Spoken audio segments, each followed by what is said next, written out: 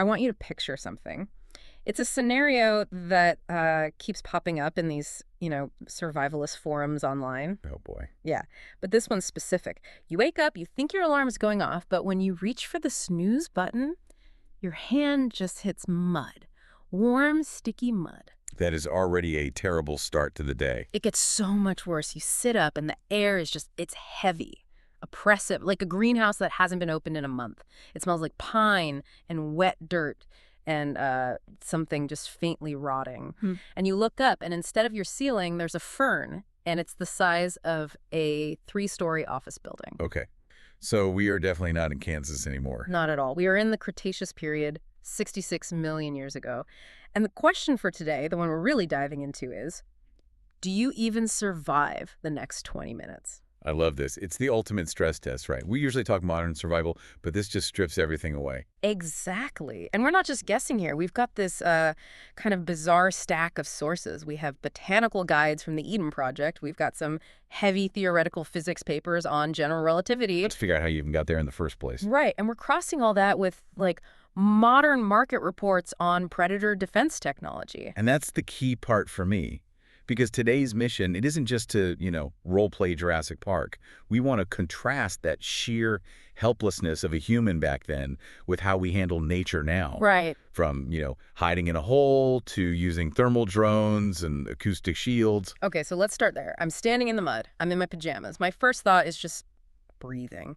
Pop culture always has prehistoric times with this, supercharged air, right? Giant bugs because of all the oxygen. Gee, that's the number one misconception we found. You're thinking of the Carboniferous period. Okay. It's about 300 million years ago. Mm-hmm. And back then, oxygen was maybe 35%.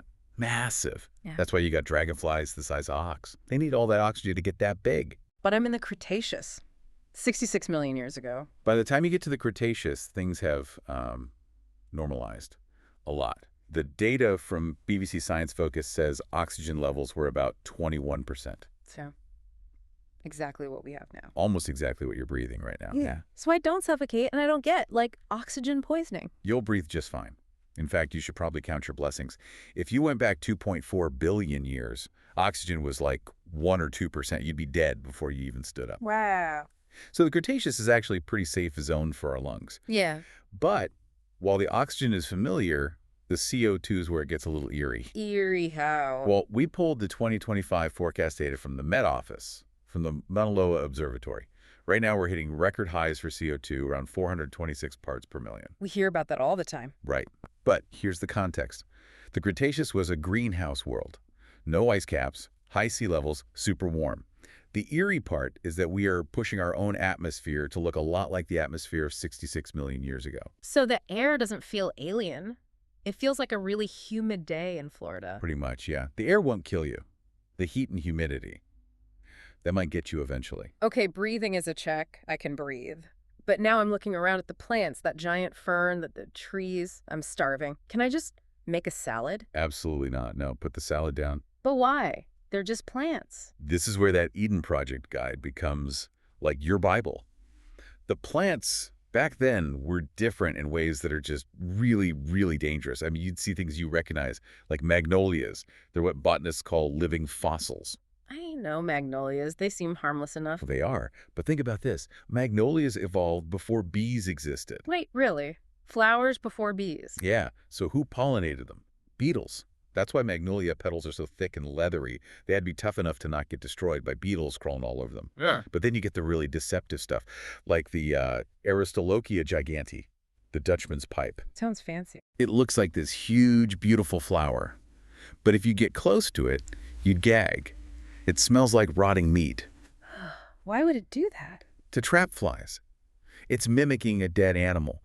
And if you were desperate enough to eat that, you'd get so sick. And then there's the sago cycad. Oh, I've seen those. They look kind of like palm trees. Exactly. To the untrained eye, it looks like a palm. You might think, oh, maybe there's a fruit or something inside. I would 100% try to hack that open and eat it. And that would do the end of you. The sago cycad is just packed with neurotoxins. It is incredibly poisonous. Okay, so what about the survivalists on Reddit? What's their take? If I can't eat the plants, what am I supposed to do? The threads we read were pretty bleak. The consensus is that foraging is basically suicide. Suicide, wow. Yeah, you have no immunity to the toxins, no knowledge. The only, quote, safe bet is meat, specifically fish. Fish. It's a gamble, but a better one. Muscle tissue is generally less chemically weird than plant defenses. A plant wants to kill you so you don't eat it. A fish just wants to swim away. So you catch it, cook it? And you burn it to a crisp to kill any prehistoric parasites, and then you probably won't die from being poisoned. Probably. Great odds. But how do you test stuff? I saw this rule of eights thing in some of the guides. It's a standard survival protocol, yeah. But for the Cretaceous, it's a nightmare. Okay, walk me through it. So you find a berry. Step 1, rub it on your wrist. Wait 8 minutes. See if you get a rash. Okay. Nothing. Okay. Sure. Step 2, rub it on your lips. Wait another 8 minutes. Step 3, touch it to your tongue. Wait again. Step 4, chew a tiny bit, but don't swallow. Spit it out.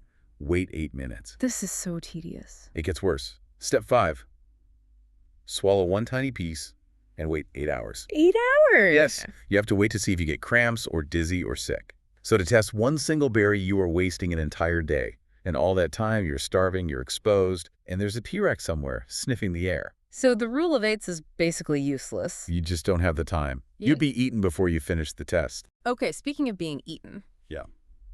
We have to talk about the locals. But before the dinosaurs, how did I get here? Is this magic or is there actual physics behind it? It's not magic, it's general relativity. But the engineering is, let's just call it challenging. I'll bet. There are two main theories physicists take seriously. The first is the wormhole. The shortcut through space-time. Exactly. Einstein's equations totally allow for them. But the catch is, gravity wants to crush that tunnel shut. So to keep it open, you need something called exotic matter. Exotic matter. That sounds like something out of a comic book. It does, but it's a real concept. It's matter with negative energy density. Negative energy. So normal matter has positive gravity, right? It pulls things together. Exotic matter would do the opposite. It would push space-time apart. You'd need it to prop the wormhole open. Problem is, we have no idea if it even exists. Okay, so no exotic matter. What's plan B? The Tipler cylinder. This one's wild. Imagine a cylinder that is infinitely long. Infinite. So impossible. Well, yeah. But just go with the math. If you have this infinitely long cylinder and you spin it at nearly the speed of light, it creates something called frame dragging. Frame dragging. Yeah, it literally drags space-time around with it. If you flew a ship around that cylinder in a very specific spiral, the math says you would travel back in time. But again, the whole infinite thing. It's a huge deal breaker. Stephen Hawking pointed out that even to build a finite version, you'd need negative energy again. So you're back to exotic matter. And what about paradoxes? Let's say I get there, I step on a bug. Do I erase the future? Ah, the butterfly effect. This is where physicists really split into two camps. On one side, you have the Novikov self-consistency principle. Which says? It says you can't change the past. There's only one timeline. If you travel back, your actions were always a part of history. So if I try to shoot my grandfather... The gun jams. Yeah. You miss. The universe literally stops you because you can't create a paradox. It already happened. That's weirdly comforting. But it also means I have no free will. Pretty much. The other idea is the many worlds interpretation. Okay. You step on that bug, and boom, the timeline splits. You've just created a brand new parallel universe. The one you came from is fine, but you can never go back. You're stranded. And didn't Hawking have a much simpler argument against all this? The tourist argument. I love this one.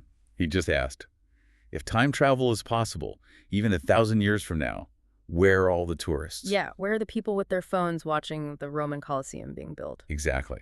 Maybe they're hiding really well, or maybe it's just impossible. He actually threw a party once for time travelers. Wait, really? True story. Here he got champagne, balloons, everything. But he only sent out the invitations after the party was over. So only people from the future could know about it? Yep. Yep. Nobody showed up. He just sat there, alone. That is the saddest science experiment ever.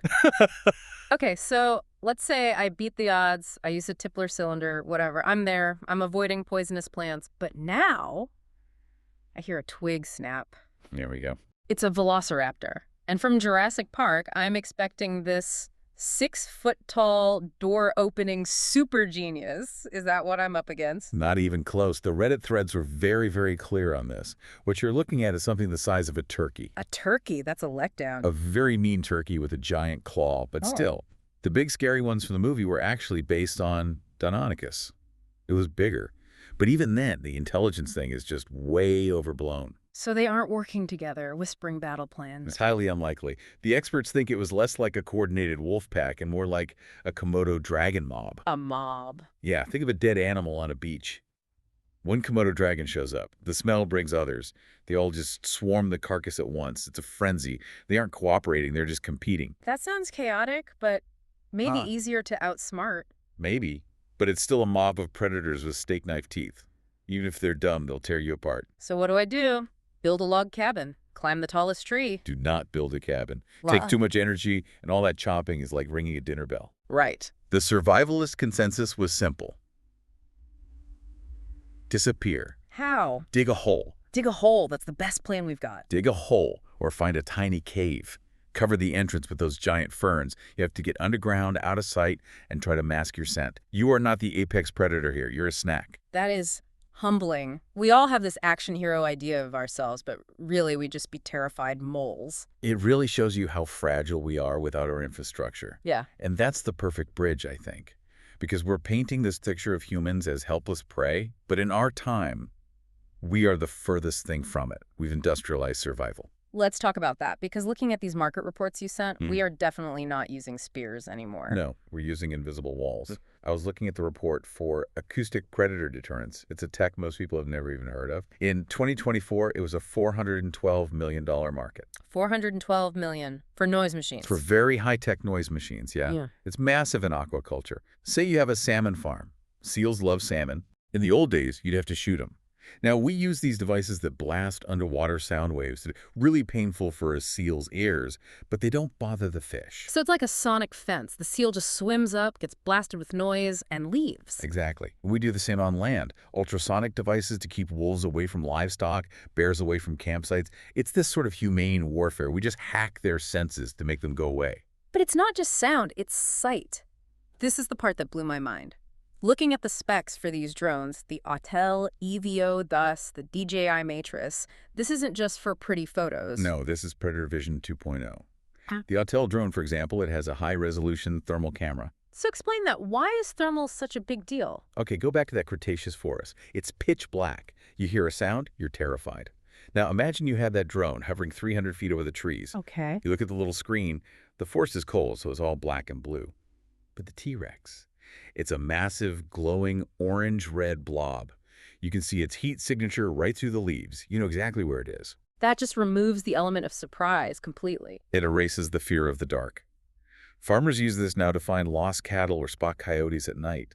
Rangers in Africa use them for anti-poaching. That's an amazing application. It is. A poacher thinks he's invisible in a bush, but from 400 feet up to a thermal camera, he's basically a lighthouse. And these systems are active too, right? They don't just watch. Right. They're being integrated with laser range finders to get exact coordinates. There are systems now that can deploy remote water cannons or aromatic deterrents. Aromatic deterrents? You mean they're using stink bombs? Rope and eye stink, yeah. Yeah. Releasing some non-toxic but absolutely horrible smell to drive away an animal or an intruder. It's just so unfair. We went from rub a berry on your lip and wait 8 hours to laser-guided stink bombs from the sky. It totally flips the script. In the Cretaceous, you're inside the ecosystem. You're part of the food web, near the bottom. Today, tech lets us exist adjacent to the ecosystem. Adjacent. I like that word. We manage it, we monitor it, we put up our sonic shields and our thermal eyes in the sky. We don't really have to survive nature anymore. We just administer it. It really makes you realize our dominance as a species isn't biological at all. We're not faster. We don't have claws. It's all external. You take away the drone and we are right back in the mud. We're just slow, soft protein with anxiety. Slow, soft protein with anxiety. That's going on a t-shirt. Okay, so we've covered the air, the poison salad, the impossible physics, and the godlike tech. What's the one big takeaway here? I keep coming back to the physics of it, that Novikov self-consistency principle. The idea that the past is a closed loop, you can't change it. Right. And if that's true, if you can't change the past because your actions were always a part of it, I start to wonder if that applies to the future too. How do you mean? Well, look at that Met Office data. We can see the CO2 rising. We can see the climate shifting back towards that Cretaceous hothouse world. We have the forecast. We can see the train coming down the tracks. But if time is this solid block, Are we actually capable of changing course?